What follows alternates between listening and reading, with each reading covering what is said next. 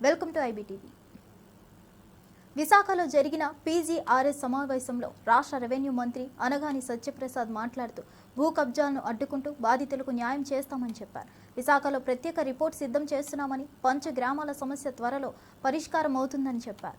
Visakha IT హబ్గా అభివృద్ధి చెందుతుందని తెలిపారు. ఆ పార్కులన్నింటినీ కూడా కబ్జాలు చేస్తున్నారని చెప్పేసి కూటమిలో ఉన్నటువంటి కార్పొరేటర్లు డిఫరెంట్ ఉంటే ఇవ్వండి, తప్పకుండా మేము ఎవరైతే కబ్జా కోరుతున్నారో వాళ్ళ మీద కబ్జా అందుకనే మేము ఇప్పుడు లేని విధంగా బ్రహ్మాండమైన యాక్ట్ కూడా తీసుకొస్తామో అది ప్రధాన మన ప్రెసిడెంట్ గారి కల్చర్ కోసం ఉన్నది 3 పేర్లు వచ్చే దానికి కూడా మేము ఇచ్చాం.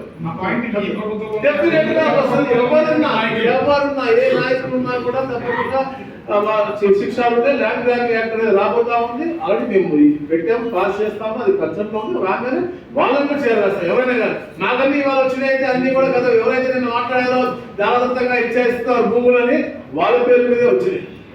మా మీద వచ్చినా తప్పు మా నాయకులు ఎవరు చెప్పండి, పాయింట్ గా చెప్పండి తప్ప ఊరికనే గాల్లో పడలేదు.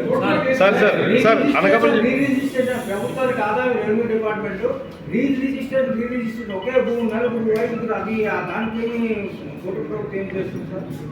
చరిత్రలో ఎప్పుడు లేని వాళ్ళు తిరగకుండా ఉంటే తప్పు జరుగుతుంటే తప్పు విషయం జరిగితే అయ్యి క్యాన్సిల్ చేసే అప్పు కలెక్టర్ ఇచ్చారు. వాళ్ళు ఎక్కడ తిరగాల్సిన అవసరం లేదు, కోర్టు కట్టి తిరగాల్సిన అవసరం లేదు. Collector can decide which is the correct registration and he can decide. అట్లా మేము ఆర్డర్ ఇచ్చాము. మొన్న మేము చాలా సింప్లిఫై చేసే విధానంగా ముందుకు వెళ్తున్నాం తప్ప ఎక్కడ కూడా కాంప్లికేట్ చేసే విధానంగా కోర్టు లేదు. మేము చాలా